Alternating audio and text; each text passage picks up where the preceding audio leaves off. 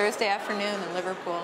It's been a really good time here at the Hilton. The reason why I'm here at all is because I do get involved in the conference side of things, and the folks at Liverpool Sound City were at a festival in a very remote part of Nova Scotia in November and saw me play and approached me afterwards and invited me to Liverpool Sound City.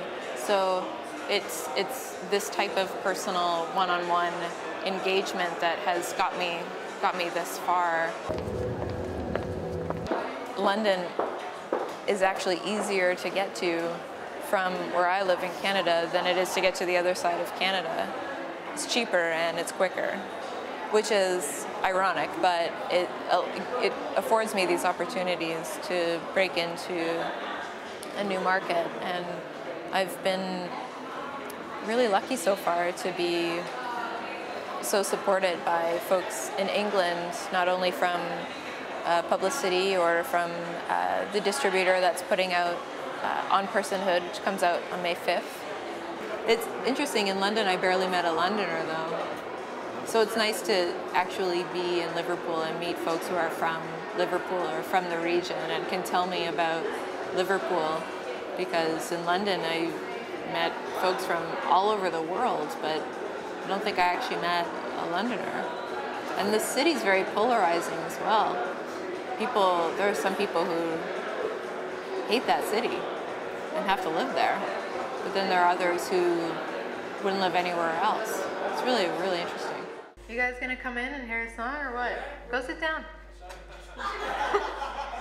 I really appreciate festivals that do conferences because they're really sometimes the only opportunity to actually meet people or to socialize outside of a bar or a car park in my case. But it's I really appreciate what they've done. It's very nicely set up, and they had a great deal of sessions and how-tos that support both people on the industry side and on the musician side of things as well. It's interesting when those two worlds come together, because some of the musicians, we all speak different languages. You know, the musicians speak different languages than the folks who are running the business that support music. So it's, I think it's very helpful when those worlds collide. It's a good wake-up call for artists, and I think it's very important for the business that they get to actually relate and visit with the musicians on the other side of things. There's a sign on your back door.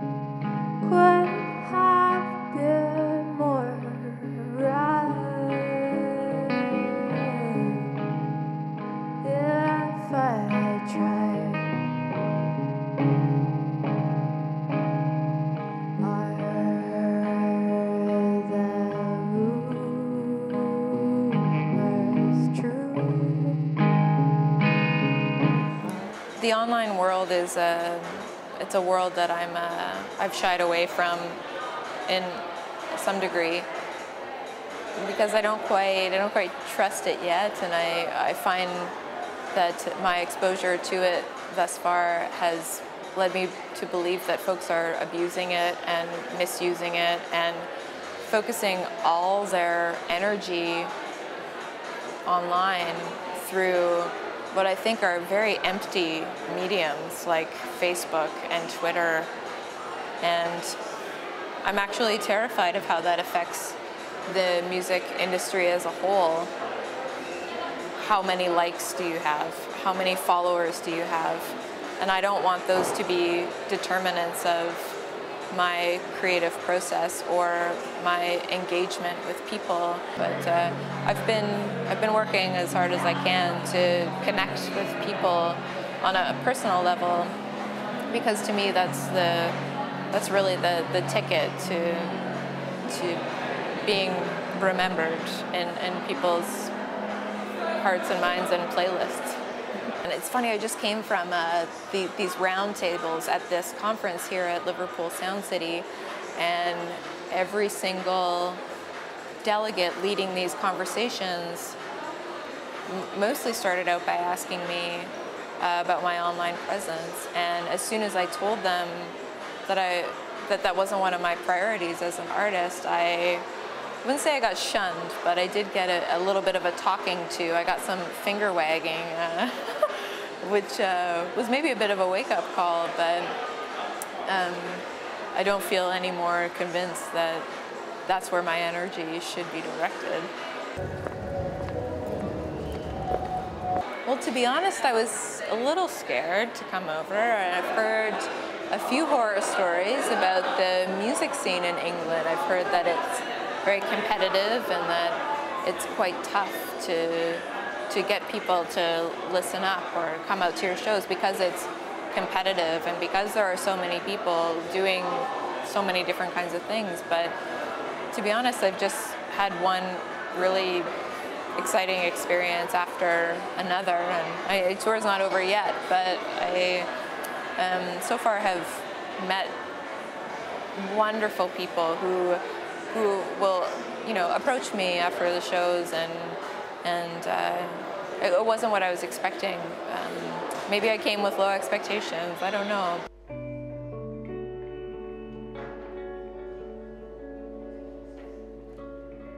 We've got something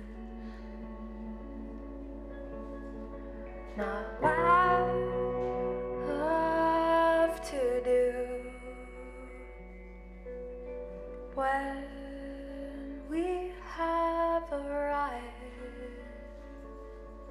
We ditch the city lights to the fair, to the bayside, watch the sun behind the line. Traveling solo sort of allows me to try things that I maybe wouldn't be able to try if we were traveling as a 4-piece or a 5-piece. If everything goes downhill from now till the end of tour, I think I'll be very grateful for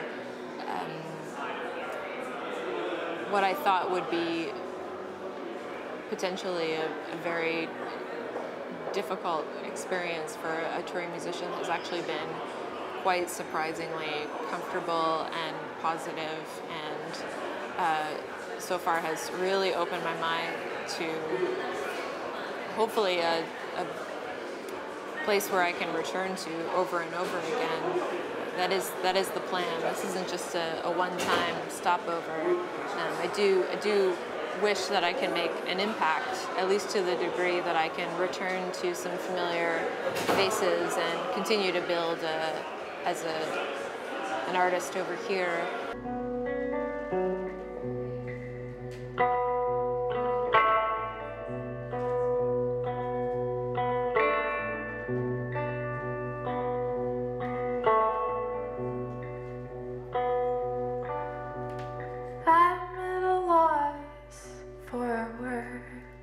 But not determination. I've got a plan and spirit and sense of direction.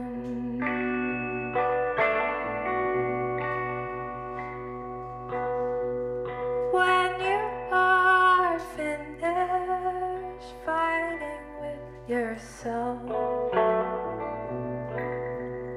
Notice we have reached a time 2-4-2. The cards we've dealt are waiting for our next move.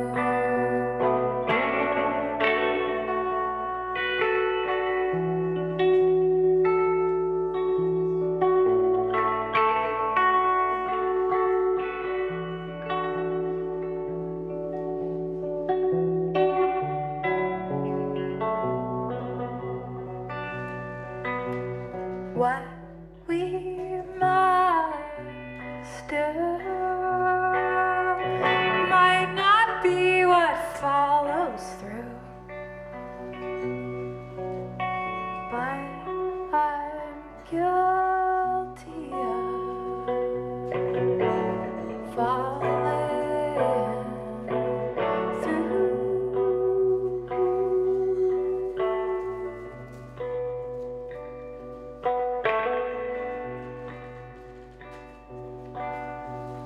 Changing the calendar to the month that triggers shivers on that long dark road through all the foggy blizzards.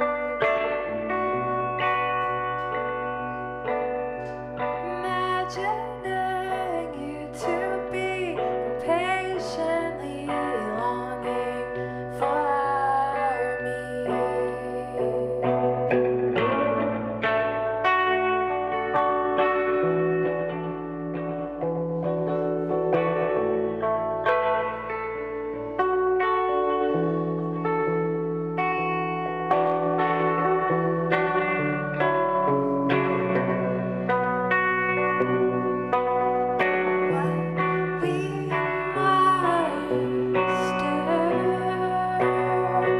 Might not be what follows through, but I'm guilty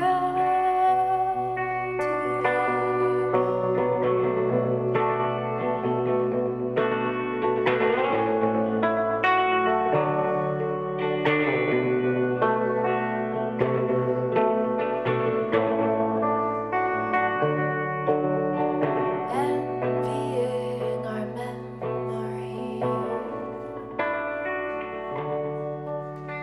digging deep to revive the feeling, envying our memory, digging deep to revive the feeling.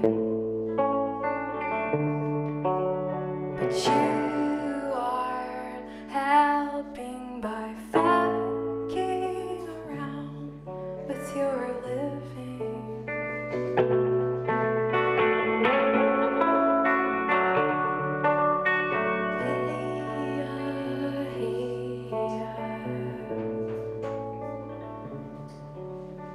Hey,